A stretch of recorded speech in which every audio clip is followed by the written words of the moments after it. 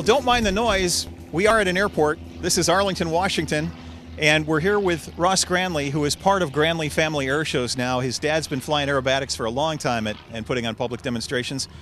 Ross, welcome, and tell us when you started joining in your dad's family business. Well, I mean, actually as a kid, because I was always around it, helping, working on airplanes, pushing around, or helping him get to air shows, either through map reading or flying the airplane from the back of the Harvard, as we avoided horrible situations sometimes. But we always managed to make it. But that's really what started it. And then, but when I got out of the Air Force is when we actually started flying together. Well, actually, when I was in the Air Force, we did fly a couple air shows together because I was on the Snowbirds, the demonstration team. So our paths crossed quite a number of times, just not in the same formation, however. Is the job of being a pilot on a military jet demo team as intense as it looks? Absolutely, yeah. There's no question. I mean, the flying is spectacular. All right, the challenge is enormous. It's satisfying. It's thrilling, but mostly it's just tremendously satisfying. It's a hard place to get to, and when you're there, obviously it's a public relations work. So our job is to go out there and not just fly the airplanes and put on a display and demonstrate, and in my case for Canada, and hopefully recruit. But it's also to go out and meet people and hopefully inspire them to aviation as well. With general aviation having somewhat of a population decline over the last couple decades, do you feel that same mission now? Oh, I do. I very much do. I mean, there's always ego involved, right? Okay. Actually, it was a deal I made with the wife when I got out of the Air Force. I said, okay, I'll get out, but I've got to be able to do this too, because I enjoy the challenge. I enjoy the demonstration. I enjoy people enjoying what we're doing. Our mission together is to do this absolutely safely. We don't want anybody to witness dangerous situations or be a party to it. And so for us, it's really about, for me, I love it for the young kids. I really enjoy meeting the young kids and hopefully inspiring them to not necessarily aviation, but challenging themselves to go beyond what their expectations are of themselves and go for it. Cirrus Design's Vision SJ50 single-engine personal jet offers exceptional fuel efficiency, flexible seating for up to 7, advanced avionics, and all the Cirrus safety features you expect, including the Cirrus airframe parachute system. With its V-tail design, the Cirrus Vision is technologically advanced, yet engineered to be simple to fly, to allow owner pilots more lifestyle pursuits than any other personal aircraft. Learn more about the Vision SJ50 at cirrusdesign.com. Now, tell me about the hardware. You're flying an older plane and kind of I guess it's like going to a NASCAR race and watching a minivan. Tell us how you came to fly this plane at air shows. You know, it is a business, and it's a show business, and you need to find your own market in it. And you have to have your family support. And in my case, the family needs to be with me.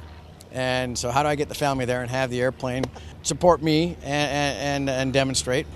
This became the airplane of choice. I mean, I'd flown a couple of them previously, and I said, well, an aerobatic airplane, it's 6.4 and minus 3.2 G. You can convert it, spin it, you can tumble it with a couple people in it.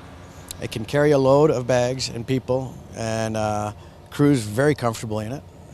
And then I still throw everybody out and go have a good time, either at an air show or just any old day. It's a great airplane.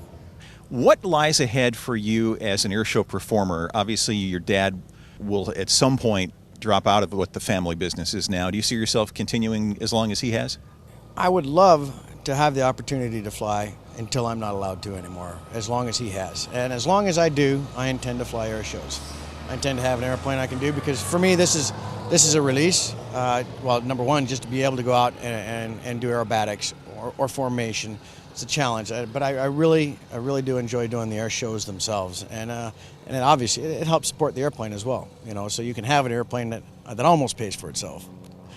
Well, speaking of that, tell us about the rest of your employment mosaic, because everybody who flies here seems to have something else they do in addition to flying air shows. I'm a pilot for United Airlines as well, and I've been there since '97. After I got out of the Canadian Air Force, I was in the Canadian Air Force for 12 years as well. So United is my main job, and this is my other main job. This is my great joy. Yeah. If you own a Cirrus today, or if you are considering the purchase of a new or used aircraft, consider this. Avidyne, in conjunction with the country's leading Cirrus sales and maintenance facilities, has launched the G3R9 program that combines the purchase of a late model, low-time Cirrus aircraft and the addition of the Avidyne Integra Release 9 avionics suite for much less than you may have thought, and certainly much less than purchasing a brand new aircraft. G3R9, combining the best airframe, best engine, and best avionics for the best value. It seems like a lot of airline pilots go out on weekends and they want to get their hands on a Cub or even on a Champ or something that doesn't have a lot of performance. Is that part of what makes you do what you do? Is it getting too automated at your day job? Well, I don't let it myself. I don't use the automation very much myself because I'm afraid of going dumb.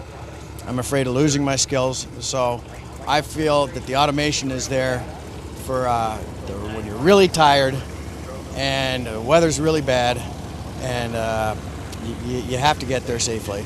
And then that's when you use automation. Otherwise, I'm a pilot. I fly the airplane. I turn the stuff off and let the other guy keep himself happy. Tell us about Canada and the U.S. and where you live now. Did you grow up mostly in Canada? And I know you live now in the Pacific Northwest of the U.S. Actually, Northern North American. Dad joined United Airlines back in '65, I believe it was, and he moved us down to the States at that time. So I grew up mostly in the States, and I went back to the Air Force in Canada for that time. And once I got out, I came back down here because initially I didn't have an airplane. He had the airplanes, so that was the deal. I'd go to where the toys were, and he had the toys. You mentioned that your job as a member of the demo team, you know, the Snowbirds, was to do marketing, essentially recruiting work for Canada's military. Do you still feel you have some heartstrings that straddle the border there? Oh, absolutely. I mean, we do a lot of our shows actually in Canada. I consider it home, and I consider this home. I mean, there's really no border there issue for me. But I have a tremendous connection still to the Canadian Air Force and my friends and family that are still up there. But I'm pulled both ways. Well, we're glad that at least for part of the year it pulls you down here. It's a joy to watch you fly with your dad, and we hope you can keep doing it for a long time. I would love to be able to keep doing it for a long time, and thank you very much for being here to support the show as well. It's a tremendous opportunity to be able to talk to you guys, and hopefully somebody will watch this and become involved as well. That's the hope.